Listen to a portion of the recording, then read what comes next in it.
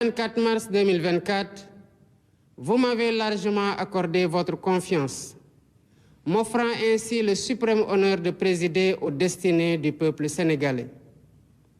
Dans une logique démocratique et une belle cohérence électorale, vous avez confirmé et parachevé votre choix dans les urnes le 17 novembre dernier, en nous confortant d'une rigueur, fidélité et dévotion.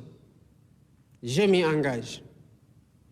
À cet instant solennel, je voudrais rendre grâce à Dieu et remercier le vaillant peuple sénégalais pour sa grande maturité démocratique, saluée et reconnue dans le monde entier.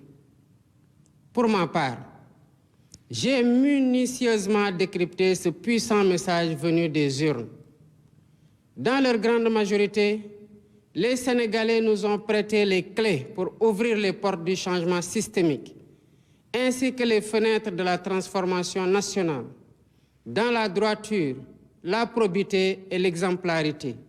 Djub, djubal, djubanti.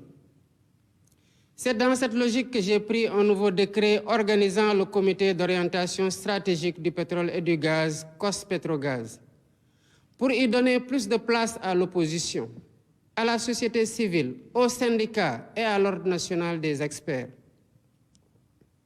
J'entends ainsi garantir une exploitation optimale et transparente des ressources pétrolières et gazières au profit de l'économie nationale et des générations actuelles et futures. Toutefois, force est de reconnaître qu'aucun changement, aucune rupture n'est possible dans un environnement de corruption endémique. Si nous voulons le changement, nous devons résolument être prêts à nous réformer nous-mêmes dans nos comportements face au bien public et dans notre manière de servir la collectivité. Voilà pourquoi, au-delà de la modification de la loi portant statut général de la fonction publique, 4 lois sur la transparence et la bonne gouvernance seront soumises à la représentation nationale. Elles portent sur la protection des lanceurs d'alerte, la réforme de l'organe de lutte contre la corruption, l'accès à l'information et la déclaration de patrimoine. Concernant la déclaration de patrimoine, elle sera généralisée à tous les agents de la fonction publique sans exception, ainsi qu'à tous les postes électifs ou nominatifs impliquant une gestion budgétaire, quelle qu'en soit l'importance. Les modalités de publicité et de mise à jour des déclarations souscrites seront définies par la loi. Mes chers compatriotes, je suis pleinement conscient des difficultés que les Sénégalais ont traversées ces dernières années. C'est pourquoi, face à la vie chère et malgré une conjoncture économique plus que difficile, dès les premières semaines de mon mandat, le gouvernement a pris des mesures concrètes pour soutenir les producteurs locaux et réduire le prix des denrées de première nécessité. D'un autre côté, les réformes institutionnelles en cours avec la suppression du Conseil économique, social et environnemental et du Haut Conseil des collectivités territoriales se poursuivront au courant de l'année 2025. Le comité restreint que j'ai déjà mis en place pour l'identification des lois et décrets à prendre ou à abroger est à pied d'œuvre pour matérialiser les consensus forts issus des assises de la justice. Par ailleurs, l'inflation notée des partis politiques, favorisée par une application trop laxiste des textes en vigueur, a conduit à une fragmentation excessive et à une inflation préoccupante, préjudiciable à une respiration démocratique de qualité. Dans un avenir proche, des concertations sur notre système politique se tiendront dans le but d'y apporter plus de lisibilité, plus de transparence et de rationalisation. Toutes ces réformes, comme d'autres, visent uniquement à rapprocher l'État des citoyens, à mieux prendre en charge leurs aspirations et à asseoir les bases d'un Sénégal fier de ses valeurs et intransigeant sur sa souveraineté. La diplomatie sénégalaise, fidèle à sa doctrine, continuera à promouvoir les idéaux de paix et de justice, tout en apportant sa solidarité agissante et son soutien actif aux peuples opprimés du monde. Tous les amis du Sénégal seront traités comme des partenaires stratégiques dans le cadre d'une coopération ouverte, diversifiée et décomplexée. D'ores et déjà, j'ai instruit le ministre des Forces armées de proposer une nouvelle doctrine de coopération en matière de défense et de sécurité, impliquant, entre autres conséquences, la fin de toutes les présences militaires de pays étrangers au Sénégal dès 2025.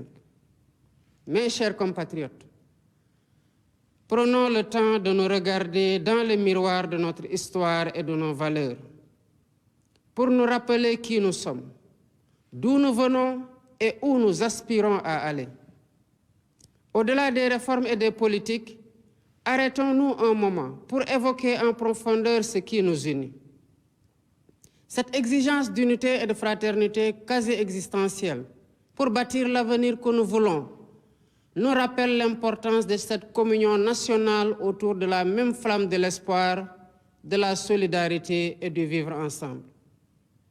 Dans un esprit d'humilité et de détermination, nous construisons pierre après pierre le Sénégal que nous voulons.